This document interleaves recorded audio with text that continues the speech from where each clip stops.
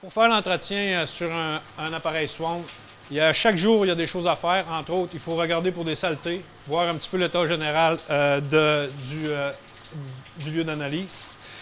Aussi, il faut faire un échantillonnage et faire un test de DPD pour savoir si la valeur de DPD dans l'analyse reflète bien ce qu'on a ici et à l'usine. Ensuite de ça, à chaque semaine, il faut vraiment faire un test de DPD et faire une calibration absolument. La première étape, c'est de fermer l'eau. Là, je vais le fermer. Fermer le débit d'eau, histoire de le purger aussi.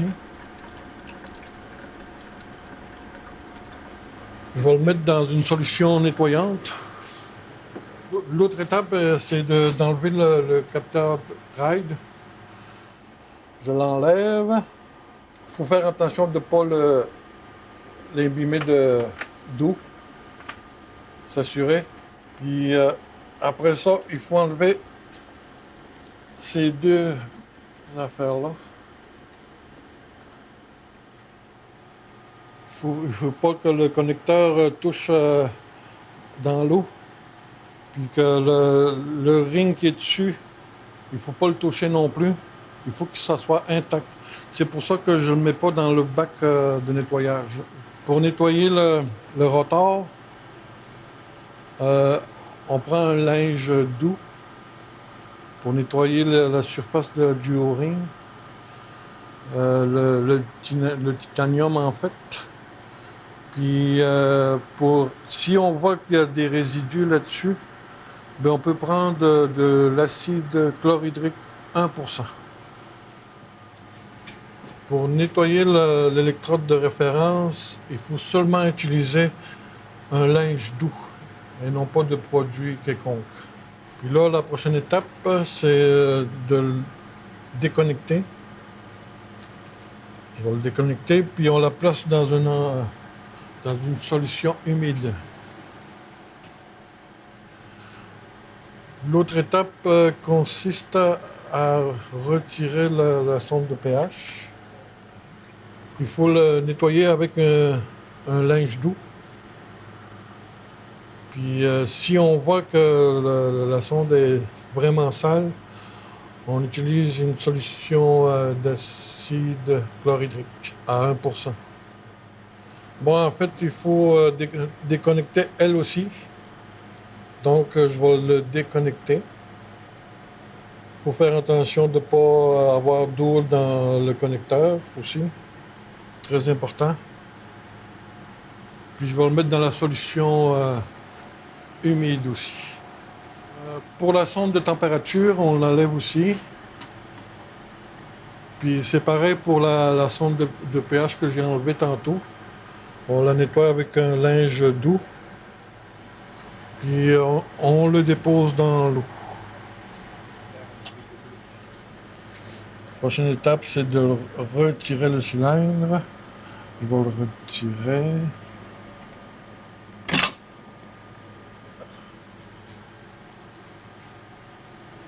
On va le mettre dans la solution nettoyante. Je vais faire pour l'autre aussi. Donc j'ai trois cylindres à enlever.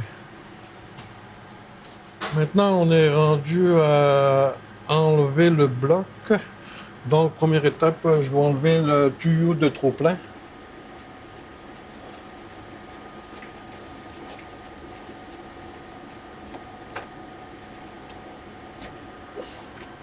Comme ça.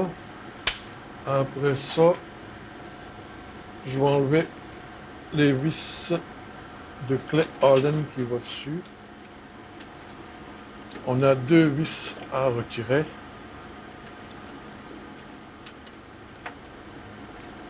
Donc mes deux vis sont retirées.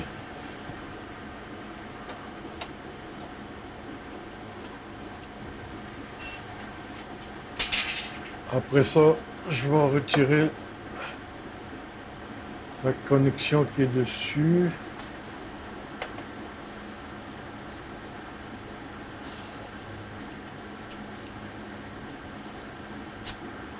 Et voilà. La prochaine étape, c'est de retirer les connecteurs qui sont dessus. On retire tout. C'est là de la sonde de référence aussi. Faites attention, il y a des O-rings. Faut pas les perdre. En tout cas, je vais retirer les petits robinets. On les trempe dans la solution pour les nettoyer. Puis après ça, ben, on met aussi le bloc dans la solution nettoyante. Donc, il reste à nettoyer les conduites, les mini-conduites qui sont dessus. On peut utiliser des cure-pipes, puis les laisser tremper. Là, on est rendu à l'étape, après avoir nettoyé, là, il faut tout remettre en place. Je l'ai nettoyé avec du Iron Out. Puis c'est un produit très très bon pour le nettoyage. J'ai utilisé de la brosse qui est ici. Ça se nettoie très très bien. Là, je remets les petits robinets. J'ai pas besoin de remettre du téflon. Il y en a encore dessus. Habituellement, on met 7 tours de téflon, puis ça fait le travail. Mon fitting de la sonde de référence. Évidemment, je remets aussi le filtre qui va comme ceci.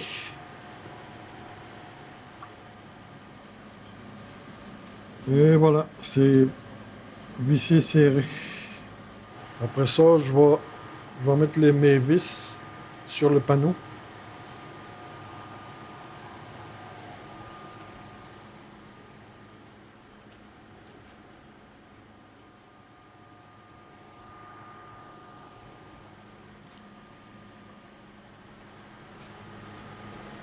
On fait la même chose pour la plus grosse. On aligne bien. On s'assure que ça soit tout étanche. Là, on est rendu pour réinstaller le capteur Pride. Cet analyseur-là, il y a plus que 10 ans, donc il faut le changer à tous les 10 ans. Ça fait que j'ai reçu ma commande. Donc, on installe la nouvelle pièce.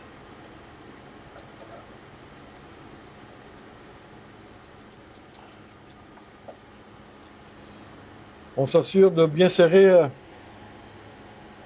les deux vis parce que j'ai un O-ring entre ça, puis il faut le rendre étanche. Donc, je vais installer la sonde de référence.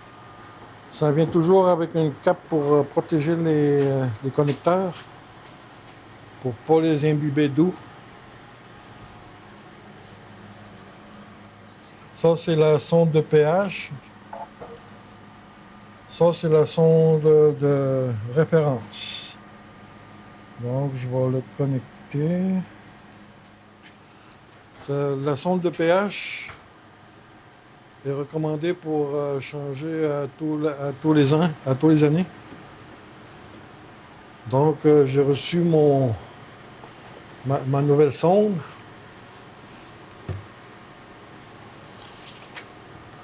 Ça, c'est pour avoir l'information sur la sonde. Il faut avoir toujours le 56 millivolts pour le rentrer aussi ici dans le computer ici. Comme toujours, on a toujours une protection pour l'humidité. Puis on a un capuchon pour... il y a une solution de comment on appelle ça là? Storage. Un storage, solution tampon. Donc je vais enlever ça.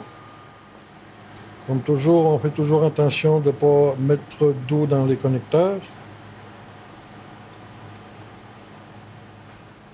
Donc je procède à l'installation de la sonde de pH. Comme vous pouvez le voir, on a 4 trous. Puis le trou du haut, c'est la sonde de pH. Puis à côté, c'est la sonde de capteur de température. Donc, il est important de l'aligner tout le temps. Comme je vous disais, la sonde de température s'en va ici. Notre trou plein, pour ne pas déverser à terre. Il ne faut pas oublier de plugger l'arrivée d'eau.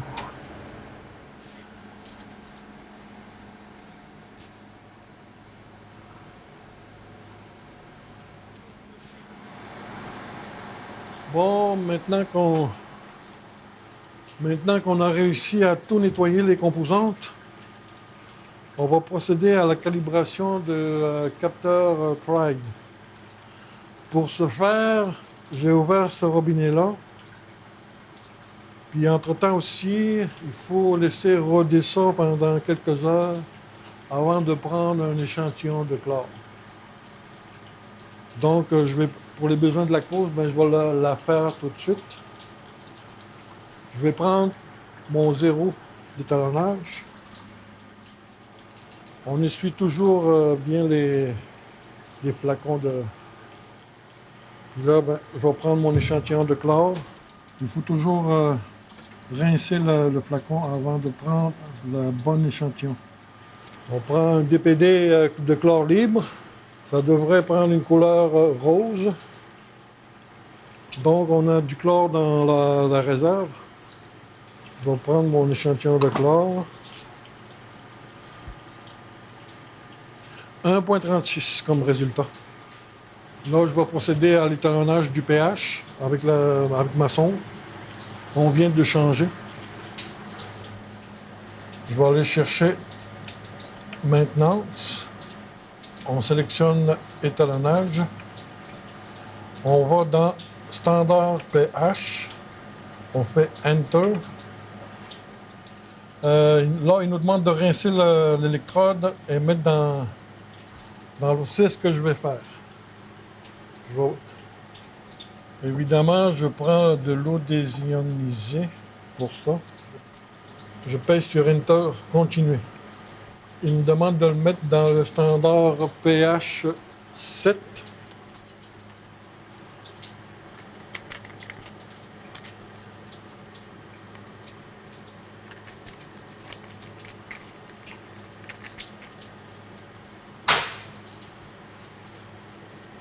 Pour faire un petit mouvement de...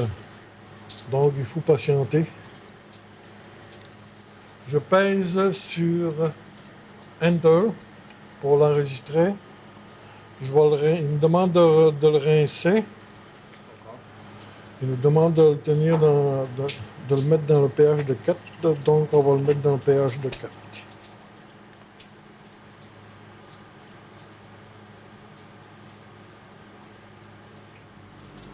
On va peser sur Enter.